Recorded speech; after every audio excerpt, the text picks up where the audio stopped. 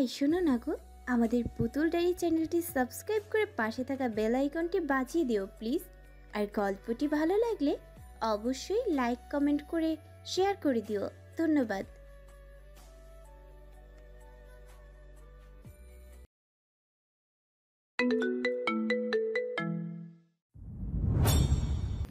রাত প্রায় 11:30। আকাশ ঘিরে কালো মেঘের আঁচলে লুকিয়ে গেছে সেই শুভ্র রাঙা চাঁদ। মাঝে মধ্যে প্রবল গর্জন শোনা যাচ্ছে। নানুকে ঘুমের ওষুধ খাইয়ে ঘুম পাড়িয়ে দিয়েছে আসেল। ফারিয়াকে খুব কষ্টে নিজের রুমে পাঠিয়েছে আর রেজওয়ানকে কড়াভাবে বারণ করেছে সে যাতে ফারিয়াকে ছেড়ে রুম থেকে না বেরোয়। একটা দিন কেটেছে, আসিল ফারহাদকে দেখেনি। চোখ দুটো তৃষ্ণায় নিমজ্জিত হয়ে আছে। আসিল রুমের সোফায় বসে একভাবে বড় জানালার দিকে তাকিয়ে আছে। বারে বারেই গড়িয়ে পড়া পানি মুছে ফেলছে উল্টো হাতে। কান্নার ফলে চোখ মুখ ফুলে লাল হয়ে উঠেছে। জানালার বিশাল পর্দা উড়ছে প্রাণ খোলা বাতাসে। বৃষ্টির ছিটে ফোঁটা এসে ছুঁয়ে দিচ্ছে আসিলের মুখশ্রে। হঠাৎ দরজা খোলার আওয়াজ শুনে আসিল ধীরভাবে তাকালো। হালকা হলদেটে বাতিতে নিমজ্জিত অন্ধকারাচ্ছন্ন রুমটার মাঝে মধ্যেই বিদ্যুতের আলো পড়ছে, আর সেই আলোতে আসিল দেখলো দরজার সামনে দাঁড়িয়ে আছে তার শ্যামপুরুষ। লাল চোখ, শুকনো মুখশ্রী, উস্কো খুস্কো চুল। বৃষ্টির কারণে কিছু অংশ ভিজে, কুচকানো শার্ট যা সে কাল থেকেই পরে আছে। আসিল প্রথমে হ্যালুসিনেশন ভেবে কিছুক্ষণ ভ্রুকুচকে তাকিয়ে রইল, আর যখন বুঝতে পারলো এটা তার কল্পনা নয় বরং স্বয়ং ফারহাতের সামনে, সে আর বসে থাকতে পারল না। সোফা থেকে এক ছুটে গিয়ে ফারহাতের প্রশস্ত বুকে আছড়ে পড়ল, শক্ত করে জড়িয়ে ধরল ফারহাতকে। কিন্তু ফারহাত সে নির্বাক হয়ে দাঁড়িয়ে রইল, তার মধ্যে কোনো পরিবর্তন দেখা গেল না। জড়িয়েও ধরল না আসিলকে। আসিল ভাঙা কঞ্চে বলল, কোথায় ছিলেন আপনি? জানেন সবাই কত চিন্তা করছিল আপনাকে নিয়ে। ওইভাবে কেউ না বলে গায়েব হয়ে যায়। আপনি জানেন কি ভয় পেয়েছিলাম আমি? ফোনও বন্ধ বলছিল আপনার।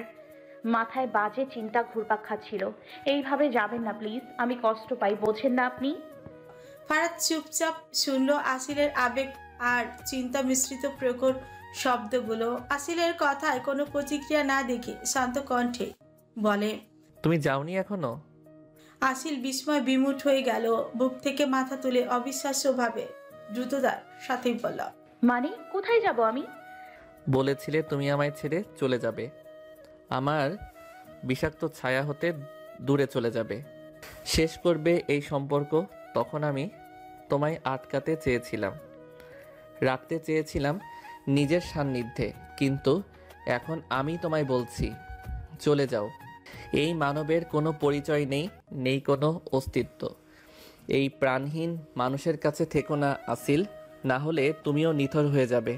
তোমার রোগ নিরাময়যোগ্য হয়ে গেছে, তোমার মনে হয় না সব শেষ হয়ে গেছে? কথাটি বলেই ফারহাত আসিলকে পাশ কাটিয়ে চলে যেতে গেলে আসিলের তার হাত ধরে ফেলল।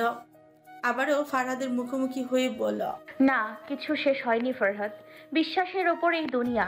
হ্যাঁ, আমি তখন ছেড়ে চলে যাওয়ার কথা বলেছি, কিন্তু সেটা রাগের কারণে। ভালোবাসি আমি আপনাকে, আর আসিল আর ফরহাদকে ছেড়ে কোথাও যাচ্ছে না, যাবে না। সবাই ছেড়ে গেছে, মা বাবা সবাই। এক মুহূর্তেই সব আপনগুলো পর হয়ে গেছে। আমি বাবার সাথে দেখা করতে গিয়েছিলাম, ভেবেছিলাম উনি আমার সমস্যার সমাধান বের করে দেবে। আমি ওনাকে সব বলেছি, কিন্তু উনি শুনল না, দিল না সমাধান। আপনাকে আর কেউ ছেড়ে যাবে না ফরহাদ, আমি এখানেই আছি আপনার কাছে। মনে রাখবেন, ভালোবাসি আমি এই কৃষ্ণবর্ণ পুরুষকে। দয়া করছো আমার উপর, আদিক্ষেতা দেখাচ্ছ তাই না? অন্যদিকে তাকে মেকি হাসি ফুটিয়ে বলল, যে প্রতিশোধের নেশায় তোমায় কাছে টেনেছিলাম, সেই প্রতিশোধ আজ আমার উপর প্রতিবিধান করলো। প্রতিশোধের প্রতিশোধ বড়ই ভয়ঙ্কর অ্যাঞ্জেল। আসিল এবার ফারহাদের পায়ের উপর নিজের পা রেখে হালকা উঁচু হয়। তৎপর ফারহাদের গালে দুটোতে হাত রেখে স্লাইড করতে করতেই বলল, এটা আদিক্ষেতা নয় অনুরাগ। যা হয়েছে তা সহজে ভুলে যাওয়া সম্ভব নয়, কিন্তু নতুন অধ্যায় রচিত করা সম্ভব। ভয় আর হিংস্রতার সাথে জীবন আর কাটাতে পারবো না। একটা স্বাভাবিক জীবন, শান্তির বুক, ভরসার হাত লাগবে ফরহাদ। আপনি কি তা দেবেন আমায়? ফারহাদের দৃষ্টি শান্ত, ওই দৃষ্টিতে কি আছে তা বোঝা গেল না। আসিলের পানে চেয়েই রইল, বলল না কিছুই। এই মেয়েটা, তার অভ্যাস, তার আসক্তি, ওই ডাগর রাখিতে কি আছে? যতবার তাকায় ততবার মায়ার চাদরে জড়িয়ে যায়। তবে কি ভালোবাসা বদলে দেবে এই কঠোর যুবককে? ফারাদের কোনো পার্শ্ব প্রতিক্রিয়া না পেয়ে আসিল ছোট্ট নিঃশ্বাস ফেলে ফারাদকে ছেড়ে পেছনে ঘুরে দাঁড়ায়। মনে মনে আওড়ালো, জানি ফরহাদ, আপনি কোনো দিন বদলাবেন না। চোখের কোণে জমে ওঠা নোনা পানি আঙুল দ্বারা মুছে বেলকনির দিকে পা বাড়াতে ফারাদ আসিলকে হাঁচকা টানে পেছন থেকে জড়িয়ে ধরে। আসিল স্তব্ধ হয়ে যায়, কেঁপে উঠল মুহূর্তেই। গভীরভাবে ফারাদে নিজের হাত জোড়া আসিলের পেটের উপর চেপে ধরে আছে, যেন মেয়েটাকে ছেড়ে দিলেই তলিয়ে যাবে কোথাও। আসিল টের পায় ফারাদের শরীর কাঁপছে মারাত্মকভাবে, নিঃশ্বাস ফেলছে সে। ফারহাদ ঝুঁকে আসিলের কাঁধে মাথা রাখতেই আসিল কাঁধে ভেজা অনুভব হলো। তার মানে কি ফারাদ কাঁদছে? আসিল ভরকালো, চমকালো, অস্থির হয়ে পড়ল প্রচুর। আসিল ঘোরার চেষ্টা করেও পারে না, কারণ ফারাদ তাকে শক্ত করে পেঁচিয়ে রেখেছে। আসিল হাত উঠিয়ে ফারাদের মাথায় রাখে। আসিলের হাতের ছোঁয়া পেয়ে ফারাদ আরো আবেগী হয়ে ওঠে। আজ ভীষণ কষ্ট হচ্ছে ফারহাদের, অভিমান হচ্ছে নিজের ভাগ্যের লীলা খেলা এলোমেলো হয়ে গেছে সে। খারাপ লাগছে ভীষণ। কাল থেকে জমিয়ে রাখা মেঘের বর্ষণ হচ্ছে এখন। কে বলেছে ছেলেরা কাঁদে না?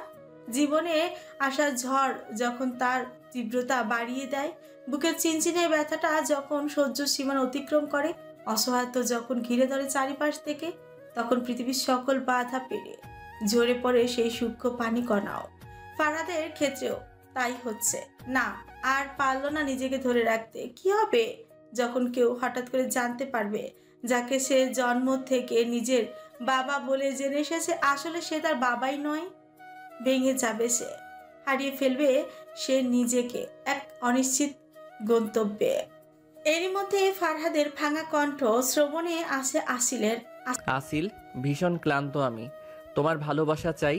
আমার পিপাসিত হৃদয়কে তোমার ভালোবাসা দ্বারা শিথিল করবে। আসিল শিহরিত হলো, চোখ বুঝলো, শরীর এলিয়ে দিল ফারহাদের বুকে। নিজের পেটের ওপর থাকা ফারহাদের হাতের ওপর হাত রাখে নিজের। বাইরের প্রবল শীতল হাওয়া জানান দিচ্ছে, ভেতরের পরিবেশ উষ্ণ হতে শুরু করেছে। আসিল দৃঢ় নিঃশ্বাস ফেলেই বলে, আমি আপনার ফরহাদ, পুরোটাই আপনার। আমার ভালোবাসা, রাগ, অভিমান, অনুরাগ সব আপনাকে ঘিরেই। আপনি যদি আমার অন্তরের গভীরে হওয়া টিপটিপ আওয়াজ শুনে নিতেন, দেখে নিতেন আমার চোখের আড়ালে ব্যাকুলতা, বুঝতেন আমার হৃদয় ব্যাগ, আমার হৃদয় বাক্য, কিন্তু আমার অভিযোগ নেই, সেই কোনো আক্ষেপ নেই, কোনো আক্ষেপ আসিল ফরহাদের। আসিল ঘুরল, পায়ের পাতায় ভর দিয়ে এক মুহূর্ত দেরি না করে ফারহাদের অধরে নিজের ঠোঁট ডুবালো। এই প্রথম আসিল নিজের থেকে ফারহাদের সান্নিধ্যে এসেছে। আসিল বুঝছে ফারহাদ এখন তাকে খুব করে চাইছে। যত কাছে আসলে একে অপরের নিঃশ্বাস অনুভব করা যায়, যেখানে হারানোর ভয় নেই, নেই কোনো কষ্ট। ফারহাদ ঘনিষ্ঠতা বাড়ালো, হাত রাখলো আসিলের কোমরে, টেনে নিল, আবেশে জড়িয়ে নিল মেয়েটাকে। ঠোঁটের গভীরতা বাড়ল, অশান্ত হয়ে উঠেছে ক্ষণে ক্ষণে। ফারহাদ আর পারল না নিজেকে সামলে রাখতে। আসিলকে তুলে নিজের কোমরে জড়িয়ে তার গলায় ঠোঁট ডোবালো। আজ আসিল তৃষ্ণার্ত। ফারহাদ বিছানায় শুইয়ে দিল আসিলকে, নিজের শরীরের সমস্ত ভার ছেড়ে দেয় আসিলের উপর। আসিলের নরম হাত মুঠোয় ধরে আর মুখ গজিয়ে দেয় মেয়েটার গলা দেশে। আসিল চোখ বন্ধ করে নেয়, অনুভব করতে থাকে তার প্রণয় পুরুষের অবাধে স্পর্শ। শরীরের প্রত্যেকটা লোম সজাগ হয়ে কাঁপিয়ে তুলছে আসিলকে। শীতল স্রোত বয়ে চলছে শিরা উপশিরা হতে। আসিল হালকা আওয়াজে ফারহাদ বলে ওঠে। এই অবিরাম বাধাহীন সুখে সে হারিয়ে যাচ্ছে। বাইর তখনও বিরামহীন জলকণাও ঝরে পড়ছে ধরণীর বুকে। রুমে ছড়িয়ে পড়ছে উষ্ণ মুহূর্ত, ভারী নিঃশ্বাসের শব্দের ব্যাপ্তি ঘটেছে। শেষ রাতে ফারহাদ নিজের ক্লান্ত শরীর বিছিয়ে দেয় আসিলের পাশে। আসিল নিজের অনিমেষ দৃষ্টি ফারহাদের ওপরই রাখে। আসিলকে টেনে নিজের বুকের উপর চেপে ধরে মাথায় হাত বুলিয়ে কপালে চুমু দিয়ে বলে, ঘুমাও। আসিল পেয়েছে একটা শান্তির বুক। চোখ বন্ধ করলো নিস্তব্ধতার সাথে আর হারিয়ে গেল স্বপ্নে দেশে। ভোরে হালকা আলো ফুটে উঠেছে চারিদিকে। রাতের বৃষ্টির জন্য চারিদিক স্নিগ্ধ। গাছের পাতা থেকে মাঝে মধ্যেই খসে পড়ছে বিন্দু পানি কণা। আকাশে কালো মেঘের ভেলা এখনো বিদ্যমান, যার ফলে চারিদিকে এখনো গম্ভীর প্রকৃতি। ফারহাদের ঘুম ভাঙলো। বাইরে ঠান্ডা হাওয়া বড় জানালা আর ব্যালকনি থেকে প্রবেশ করছে, যার কারণে আসিল চাদরের মতো কেঁপে কেঁপে উঠছে। ফারহাদ পাশে তাকিয়ে দেখলো আসিল তাকে শক্ত করে পেঁচিয়ে শুয়ে আছে, ঠোঁট উল্টে। এই বাচ্চা মেয়ের মায়া কাটানো অসম্ভব তার জন্য। ঠোঁটের কোণে হালকা বাঁকালো হাসি।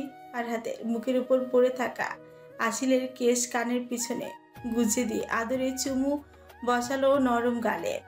হালকা করে আসিলকে বালিশে শুয়ে ফারহাদ উঠে তাওয়াল জড়ালো কোমরে। জানালা বন্ধ করে বেলকুনির থাই গ্লাসও বন্ধ করে দেয়। ঘুম আর আসবে না ফারহাদের।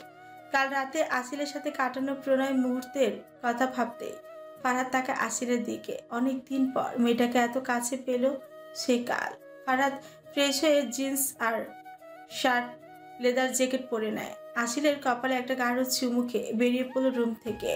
পার্কিং এরিয়া এসে ফারহাদ পুরনো হার্লে ডেভিসন বাইকের উপর বসে হালকা ধুলো পরা কালো রঙের কাপড়টা সরাতে দেখে গেল তার প্রিয় চকচকে বাইকটা। ফারহাদ চালায় না, কিন্তু তার আদেশ অনুযায়ী প্রায় বাইকটা সুন্দর করে ধোয়া মোছা করা হয়। ফারহাদ মাথায় হেলমেট পরে বাইকে বসে আর চোখের নিমিষে বেরিয়ে পড়ে এক অনিশ্চিত যাত্রায়। বাইক চলছে ফাঁকা রাস্তা দিয়ে, এগিয়ে যাচ্ছে ফারহাদ, সাথে নেই তার গান। অজানা কারণে আজ যেন নিজেকে মুক্ত বলেই মনে হচ্ছে তার। সত্য সে মেনে নিয়েছে, কারণ তা বদলে ফেলা সম্ভব না। ঠান্ডা হাওয়ায় ফারহাদকে ছুঁয়ে দিচ্ছে। সময় কাটাচ্ছে সে নিজের সাথে। হঠাৎ ফারহাদের ফোন ফুট করে আওয়াজে বেজে উঠল। এক মুহূর্তে ফোনের সাউন্ড টুকু ছাড়া কিছুই মনে হচ্ছে না তার। ফোন নিয়ে আসার ইচ্ছে তার ছিল না। তারপরে ভাবলো আসিল যদি কল করে, ফোন না ধরলে মেয়েটা চিন্তা করবে। বাইক থামিয়ে ফোন বের করতেই দেখে আননোন কল। এত সকালে কে ফোন করবে? কৌতূহল নিয়ে ফোন রিসিভ করতে কানে দিতে এক গম্ভীর কণ্ঠ ভেসে আসে, ফারহাদ। এই শব্দ কানে আসতেই ফারহাদ ফ্রিকুচকে ফেল। এই কণ্ঠ তার চেনা, শুধু চেনা নয়, এই কণ্ঠে মালিককে সে নিরতিশয় ঘৃণা করে। চোয়াল শক্ত হয় ক্ষণে, চোখে শিরা উপশিরা লাল রং ধারণ করে। অত্যন্ত ক্লেশপূর্ণভাবেই বলে, সাহস কি করে হয় আমায় ফোন করার? প্রলয় ঘটাতে চাইছেন? ফারহাদ, জীবনের শেষ মুহূর্ত উপভোগ করছি আমি। দেখতে চাই তোমায়। না বলবে না ফারহাদ, শত্রুদেরও মানুষ এত ঘৃণা করে না, তাও আমি তোমার বাবা। খবরদার, ওই পবিত্র শব্দ নিজের মুখ থেকে উচ্চারণ করেছেন তো? জাফর হাসে, বিভোর হাসি হেসে বলে, এসো ফারহাদ, অপেক্ষায় আছি। কেটে যায় ফোন। রয়ে যায় শুধু প্রশ্ন, ফারহাদ কি করবে ভেবে পাচ্ছে না। এক দ্বিধায় ফেসেছে সে। সন্ধ্যা পেরিয়ে রাত হচ্ছে ধীরে ধীরে। আকাশ তখনও মেঘলাময়। বৃষ্টি হবে কি বলা যাবে না, কিন্তু ঠান্ডা হাওয়া চলছে প্রবল। আসিল ঘুম থেকে ওঠা থেকে শুরু করে এখনো পর্যন্ত ফারহাদকে দেখেনি। অস্থির অধৈর্য হয়ে অপেক্ষা করছে সে ফারহাদের জন্য। লোকটার এরকম গায়েব হয়ে যাওয়া সে মানতেই নারাজ। আজ আসলে একটা কড়া আইন ছুড়ে দেবে সে ফারহাদের দিকে। সে কি জানে না কেউ একজন অধীর আগ্রহে অপেক্ষা করে থাকে তার জন্য? ফারিয়া আর রেজন সকালে ব্যাক করেছে তাদের বাড়িতে।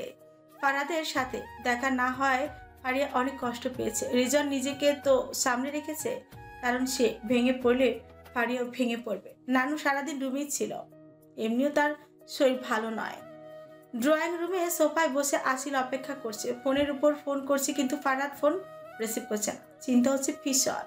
হঠাৎ নিস্তব্ধ পরিবেশে আসিলের ফোন বেজে উঠতে আসিল চমকে উঠল। ভাবনার জগতে এতটাই হারিয়ে গিয়েছিল যে কোন দিক দিয়ে কোনো দিকের খেয়ালই ছিল না তার। ফোনের স্ক্রিনে ডেভিল নামটা ভেসে উঠতেই আসিল ফ্রিকুচকে পেল। মনে মনে সাজিয়ে নিল কড়া কিছু শব্দ। মুহূর্তেই ফোন রিসিভ করে কানে দিয়ে কিছু বলতে যাবে, তার আগে ওপাশ থেকে বেরিয়ে এলো এক মেয়ের কঞ্চ। ওপাশ থেকে কি যেন বলল। ক্ষণেই বদলে গেল আসিলের চেহারার রং। ভারী নিঃশ্বাস নিতে আরম্ভ করলো। হাত কাঁপছে। আসিলের গলা শুকিয়ে এলো। সবকিছু কেমন আবছা লাগছে চোখের সামনে। এত কিছুর পরেও নিজেকে ঠিক রাখতে বাধ্য আসে। চোখ বন্ধ করে উচ্চারণ করল, আসছি। তৎক্ষণাৎ পেছন থেকে শোনা গেল নানুর অসুস্থ কণ্ঠ। মূলত আসিলের পরের শব্দে তিনি বেরিয়ে এসেছে রুম থেকে। কি হয়েছে পরি? ফারাদ এখনো আসেনি?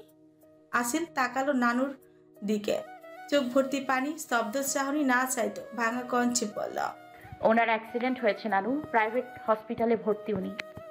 নানু নিজেকে সামনে রাখতে পারলো না, পাশের টেবিলে চেপে ধরলেন তিনি। অস্পষ্ট স্বরে বেরিয়ে এলো, না। হসপিটালের করিডোরে দাঁড়িয়ে আছে রেজওয়ান, আয়ান, দুইজনের মুখশ্রীতে গম্ভীর ভাব স্পষ্ট। পাশেই বসে আছে ফারিয়া, কেঁদেই চলেছে এক নাগাড়ে। ভাইয়ের এরকম কষ্টে সে ব্যথিত হচ্ছে। রক্তের সম্পর্ক না থাক, তাদের তো আত্মার সম্পর্ক। জীবনের প্রত্যেকটা পদক্ষেপে ফারাদকে পাশে পেয়েছে রেজওয়ান, সামাল দিয়েও কোনো লাভ হচ্ছে না। আয়শা ফারিয়ার মাথায় হাত বুলিয়ে দিচ্ছে, মাঝে মাঝে কান্নার চোটে পিচকে দিচ্ছে মেয়েটা। দাদাইয়ের অবস্থা সে কিছুতেই মানতে রাজি নয়। নানুর জেদে তিনিও হসপিটালে এসেছে নাতির টানে। তাকে একটা খালি কেবিনের ঘুমের ইঞ্জেকশন দিয়ে ঘুম পাড়িয়ে রাখা হয়েছে, কারণ ফারাদের অবস্থার কথা শুনে তিনি রীতিমতো বিকারগ্রস্ত হয়ে পড়েছিলেন। এদিকে আসিল, সে কিছুই বলছে না, কাঁদছে না, একদৃষ্টিতে মেঝের দিকে তাকিয়ে আছে, যেন সে এই দুনিয়াতেই নেই, চলে গেছে অন্য এক জগতে। ফারিয়া বিলাপ ও কান্নায় তার চোখের পানি বিন্দু সৃষ্টি করছে না, এমন ভাব যেন সে পণ নিয়েছে না কাদার। কঠিন আর গম্ভীর চেহারা, কিন্তু তাতেও এক নিরাধার ভাব। মাঝে মাঝে চোখ তুলে অপারেশন থিয়েটারের বাতির দিকে তাকাচ্ছে, আলো এখনো জ্বলছে। প্রায় 1.5 ঘন্টা পর সেই কাঙ্ক্ষিত বাতি নিভেছে। হাত থেকে গ্লাভস খুলতে খুলতে বেরিয়ে এল ডক্টর। আসিল দ্রুত পায়ে হেঁটে ডক্টরের কাছে গিয়ে খুব শান্ত গলায় জিজ্ঞেস করলো, কি অবস্থা ডক্টর? আসিলকে চিনতে তার খুব একটা অসুবিধা হলো না। এই রমণীটি ফারহাদ আহমেদ খানের ওয়াইফ। কিন্তু ডক্টর একটু আশ্চর্য হলো, মেয়েটির ধৈর্য শক্তি প্রখর, না হলে স্বামীর ওইরকম মারাত্মক সিচুয়েশনের কথা শোনার পর নিজেকে সামনে রাখা বড়ই অসম্ভব ব্যাপার। ডক্টর আসিলের দিকে তাকে আশ্বাস কণ্ঠে বলল, we try our best, but মাথায় আঘাতটা একটু বেশি গভীর ছিল। রক্তক্ষরণ হয়েছে অনেক অনেক। 48 ঘন্টার মধ্যে যদি জ্ঞান না ফিরে তাহলে ফরহাদ কমাতে চলে যেতে পারে না। দীর্ঘশ্বাস ফেলে আবার বলে, everything will be all right. চলে যায় ডক্টর। আসিলের যেন নিঃশ্বাস নিতে কষ্ট হচ্ছে। পড়ে যেতে নিলে আয়ান তাকে ধরে ফেলে, বোনকে জড়িয়ে ধরে আয়ান। সেও ডক্টরের কথা শুনেছে। আসিল ভাইয়ের আশ্রয় পেয়ে আহ্লাদি হয়ে ওঠে। এতক্ষণ কঠিন প্রমাণ করা আসিল এবার ডুকরে কেঁদে ওঠে। মনে হচ্ছে কেউ তার আত্মাটাকে টেনে নিয়ে যাওয়ার চেষ্টা চালাচ্ছে। নিথর হয়ে আসে শরীরটা। চোখের সামনে ভেসে উঠছে ফারহাদের শ্যাম সুন্দর মুখশ্রী। লোকটার কিছু হয়ে গেলে সে কিভাবে থাকবে? কথাটি ভাবতে আসিলের নিঃশ্বাস আটকে আসছে।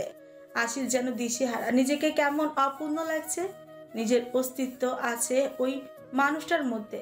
মনে মনে একটা দোয়া, ফারহাদ যেন সুস্থ হয়ে তার কাছে ফিরে আসে, সেই অপেক্ষায় আছে। ফ্ল্যাশব্যাক, আকাশের দিকে মুখ তুলে দাঁড়িয়ে থাকা শাল গাছে পরিপূর্ণ জঙ্গলের মধ্যে দিয়ে হেঁটে চলেছে ফারহাদ। তার পা দুটি যেন এক অচেনা টানের পেছনে এগিয়ে যাচ্ছে।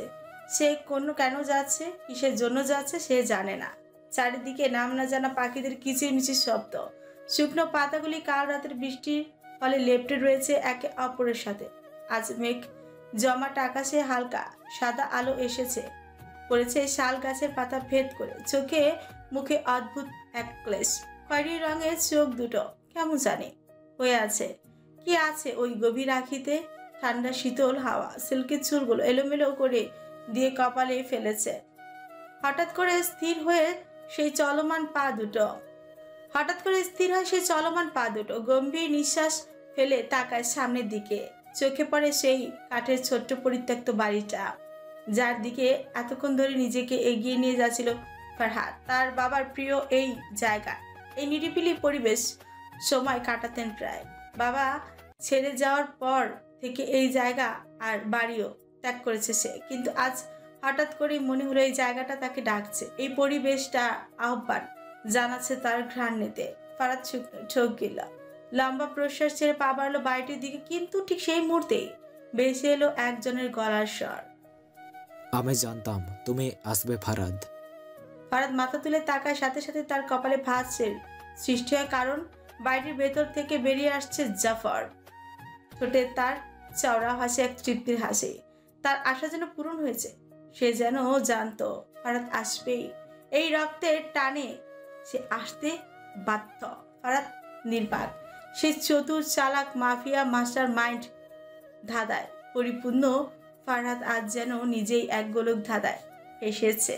ফারাদ অবাক হয় জাফরকে দেখে নয়, অবাক হয় নিজের পদক্ষেপে। সে চায়নি জাফরের সম্মুখীন হতে। তাহলে কি সত্যি রক্তের টান? ফারাদের চোয়াল শক্ত করে কঠিন কণ্ঠে বলে, আপনি এখানে? হ্যাঁ, আমি এখানে।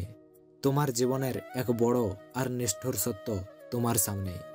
পিছন ফেরে চলে গেলে তো আর সত্য মিথ্যে হয়ে যায় না। একটু থেমে আবার বলল, তোমাকে অনেক ভালোবাসি ফারাদ। নিজের সন্তান আর প্রিয়তমাকে নিজের করে নিতে চেয়েছিলাম। এটা কি আমার ভুল? তুমি আমাকে নিজের শত্রু মনে করো, তাই না? আচ্ছা, আজ তোমার ছেলে যদি অন্য কারোর কাছে থাকতো, তাকে কি তুমি নিজের কাছে নিতে চাইতে না? তুমি কি করতে ফারাদ? নিজের সাথে আমার তুলনা করবে না জাফর ইকবাল। নিজের চাওয়া পাওয়ার জন্য নিষ্পাপ, নিরপরাধ, নির্যাতিত মানুষের প্রাণ কখনো নেইনি আমি। ফারাদ, তুমি ওটাই করতে যেটা আমি করেছি। তোমার খুনি হওয়ার পিছনেও কারণটা আমি। ওই যে রক্ত, আমার হিংস্রতা তোমার ধমনীতে বইছে। আর আমি যা করেছি তাতে আমার কোনো অনুশোচনা নেই। যা আছে তা শুধুই না পাওয়ার আফসোস, দুঃখ। কারণ যে কোনো বাবা নিজের সন্তানের জন্য ওটাই করত যেটা আমি করেছি। আসিলের কথা চিন্তা করো। তাকে পাওয়ার জন্য তুমি কি না করেছো। ঠিক তেমনি আমি মান্নাতকে পাওয়ার জন্য করেছি, কিন্তু সে আমার হয়নি। আমি খুব খুশি ফারাদ। বাবা তার ভালোবাসার মানুষকে না পেলেও ছেলে পেয়েছে তাকে। আমার মত হারিয়ে ফেলো না। ফারাদের শরীর কেমন অবশ হয়ে যাচ্ছে। বুকের মধ্যে যেন কেউ হাতুড়ি পেটাচ্ছে। চোখ লাল হয়ে গেছে, কিন্তু তাতেও এক কঠিন ভাব। নিজেকে আমার সাথে গুলিয়ে ফেলবেন না। আমাদের চরিত্রে অনেক ভিন্নতা। তোমার মধ্যে আমি লুকায়িত ফারাদ।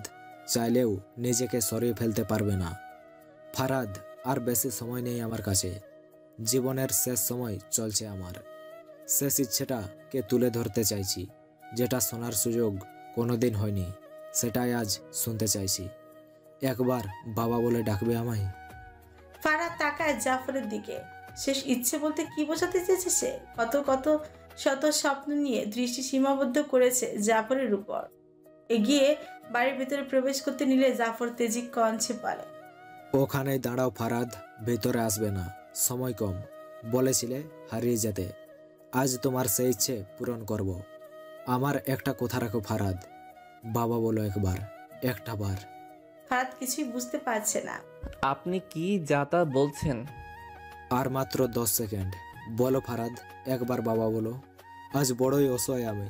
জীবনের অর্থ আমি বুঝিনি। শুধুই ভালোবাসার মানুষের সাথে জীবন কাটাতে চেয়েছিলাম, কিন্তু আমি অপূর্ণ রয়ে গেলাম। ডুবে গেলাম পাপের জগতে। পাপের প্রায়শ্চিত্ত করতে যাচ্ছি আজ। পারলে ক্ষমা করো। আমার অস্তিত্বকে রেখে গেলাম ফারাদ।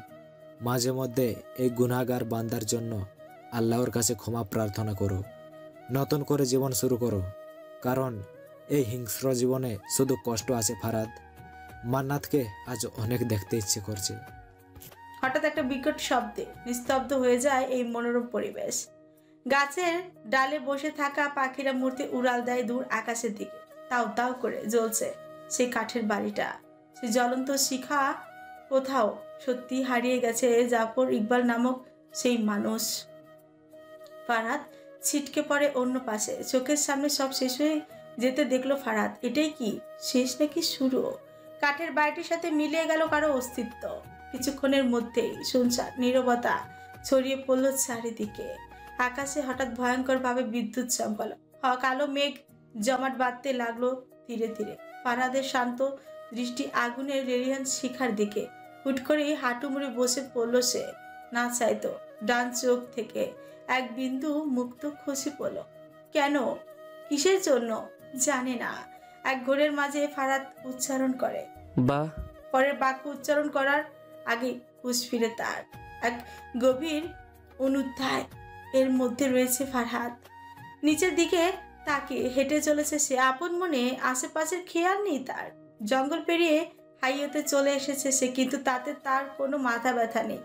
এক ফুট শব্দে শুনে ফারাদ নিজের ডান দিকে তাকাতেই সেই দ্রুতগামী 4 চাকার গাড়িটার সাথে ধাক্কাই দিল তাকে, আর সঙ্গে সঙ্গে ফারাদ ছিটকে পড়ে রাস্তার অন্য পাশে।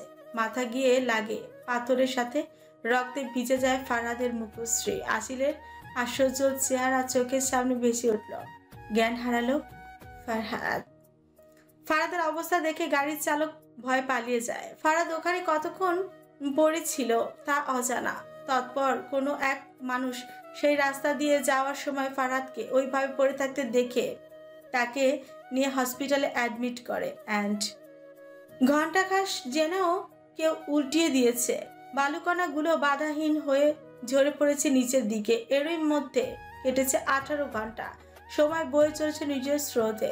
ফারাদের এখনো জ্ঞান ফেরেনি।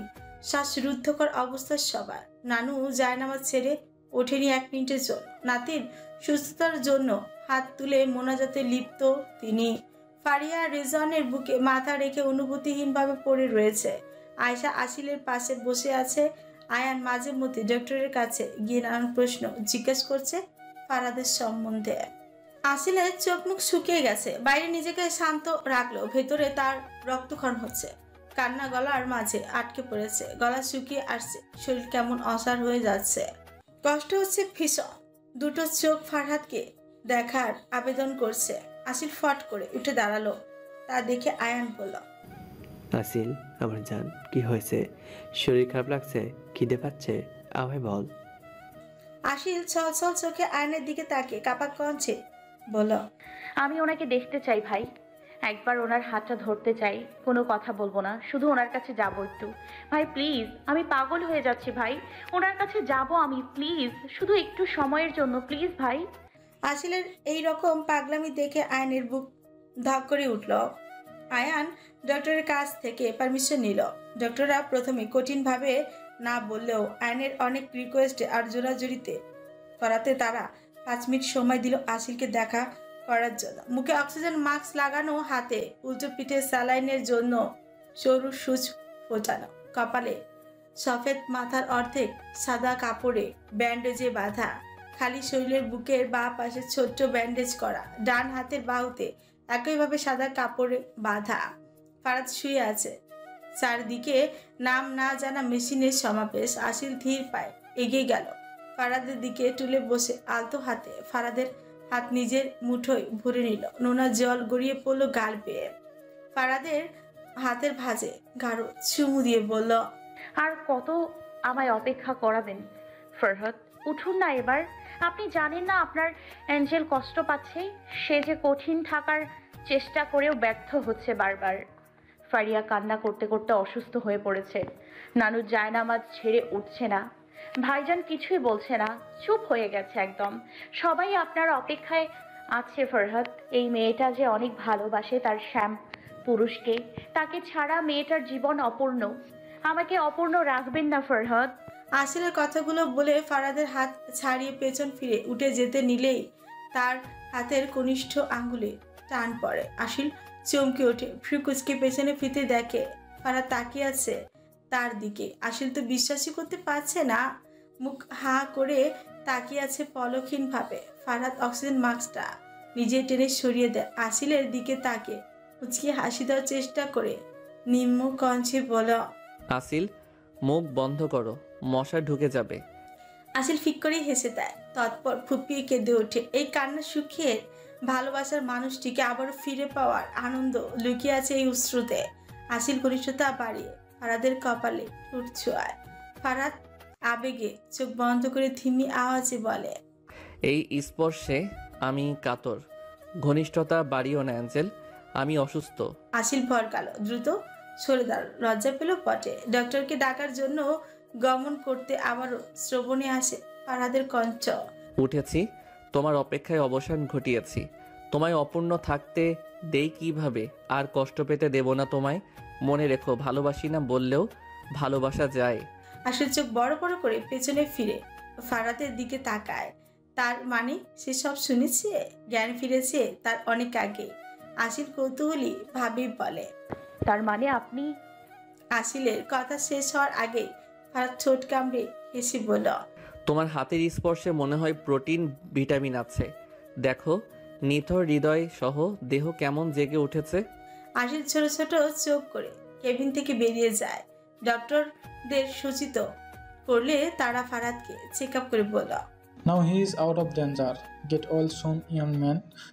তোমার ওয়াইফ তোমার চিন্তায় বিফোর ছিল আর ভীষণ স্ট্রংও বটে, লাইক ইউ। ফারাদকে অন্য কেবিনে শিফট করে দেয়। আসিল নানুর কাছে যায়, দেখে এখনো জায়নামাজে বসে দোয়া করছেন আর চোখ থেকে অনবরত গড়িয়ে পড়ছে রোনার জল। আসিল মুচকি এসে নানুর কাঁধে হাত রেখে বলে, তোমার দোয়া কবুল হয়েছে ডিয়ার। নানু দ্রুত দোয়া শেষ করে আসিলের দিকে তাকালো। আসিলের চোখ মুখে খুশির সংবাদ স্পষ্ট ভাষায় অনুবাদ করছে। নাতির সুস্থতার কথা শুনে তিনিও প্রাণে প্রাণ ফিরে পেল।